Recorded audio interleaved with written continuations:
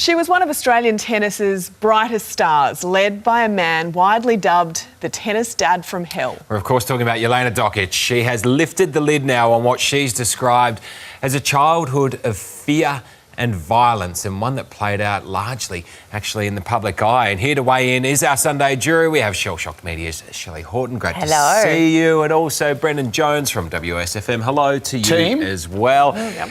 Shelly, obviously, I mean, we all got a hint over the years of what was going on there. More than a hint. We knew it was bad. OK, but we're learning some awful details today. Should people have actually stepped in and just went, get this man away?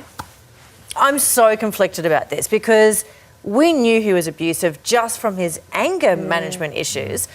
I don't think anyone could have known that she was being beaten with a belt.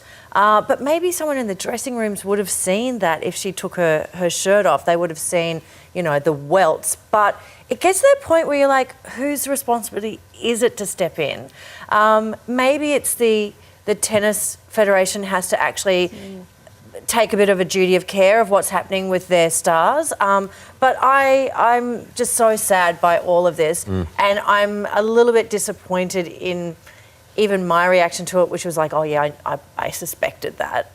But you don't do anything. So I'm just, it's just a horrible story. I know teachers, if they suspect child abuse, are duty-bound to report it. Jonesy, is this something that Tennis Australia should have stepped in? Well, it's a big... And I feel for Jelena because everyone turned on her as well. So she's getting it from a crazy old man, and then she's getting it from the rest of us. Because how many people here sort of thought, oh, you know, the Jelena Dokic, you know, what the hell? You know, she's just spoiled. But the poor kid was suffering. And like you, I just feel sorry for her. Just reading that extract from the book, I went, oh, you poor mind, it's just dreadful. But what do you do? Like, I think we're in more enlightened times. I don't think that would happen now, which is good. Like, is that the good thing about what's happening now, that we are talking about this so much more, so that if somebody was in the same situation and they came forward, they're more likely to be believed? Oh, absolutely. I think that we have a much bigger voice now and people are willing to listen because we have had history. We've seen it happen before, so therefore you're not the first person standing up. I think that's it. If this happened today rather than 15 years ago, I think there'd be an intervention and he'd be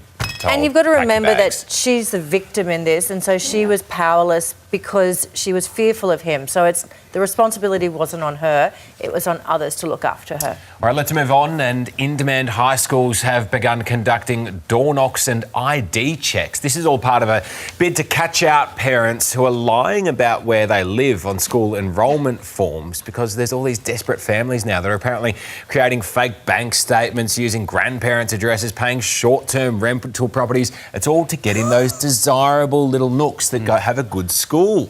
I kind of get it. I completely get it. I've got an investment property up in Queensland, which is near a good school, and thank you very much. Rents are going up. That's totally relatable. Seriously. No, selfish Shelly. That's nice. In again. It's all about you and your money. No, but seriously, I can understand why, because there is this huge demand for these properties around the good schools, that I get it that the parents are faking it. I understand. So I think it's insane that the schools are now doing door knocks to check on them. But it's obviously a massive problem. I was about to say, if your kid had the choice of going to nice school or meth lab high, you know, I graduated from meth lab high, and the results only 2 sleeps to Christmas. Is it an invasion? Sorry, I just got that joke. I'm a little bit slow. Is it an invasion of privacy?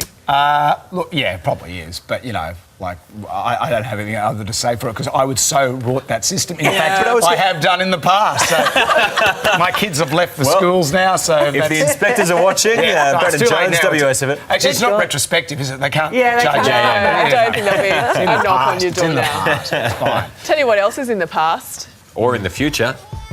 Mullets. Jonesy had one. I have one. Supposedly, they should be coming back, but we'll be weighing in. Should they stay or should they go?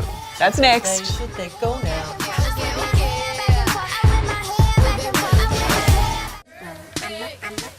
Well, if you look at this guy here, you can easily see that it is the haircut that fashion forgot. How could you? Wow. It's just the dude that was really a business at the front. This Party at the back. I was going to say, Okay. you know, it won't happen overnight, but it just never did. No. I don't know what happened. Oh, I feel Apparently, dirty. the mullet is making a comeback. It No. is gracing the catwalks of Paris and Milan.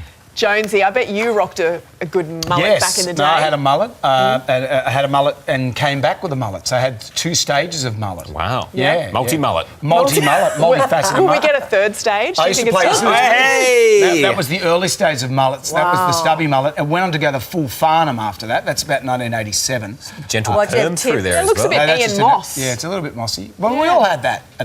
Back in those days, we didn't even know what it was called. Really? It was just living. It was Just hair. It was haircut. just living. Living on a prayer. Shelley? Living Vita Loca. I You're a hate the fashionable mullets. lady. What's the review? No, I just say no. I've been watching Stranger Things, which is set in the 80s, and the mullets are pretty spectacular in that.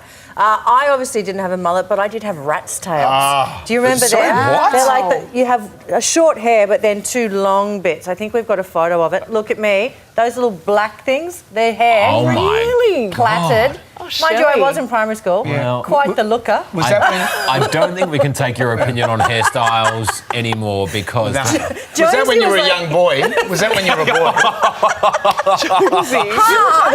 Harsh. Harsh.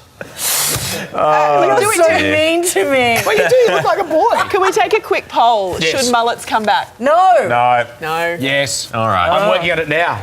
Overruled. Jonesy, thank you for coming in today. We saw the article in Yeah. the paper today saying Channel 9 can't afford you. So look, we all threw the hat around. There's a few $100 for Is that you. it? $300? mate. Is that pesos? That's my monthly wages, my friend. All right, thank you for joining us. Stick around, look much more after this break. Got some great pet photos too.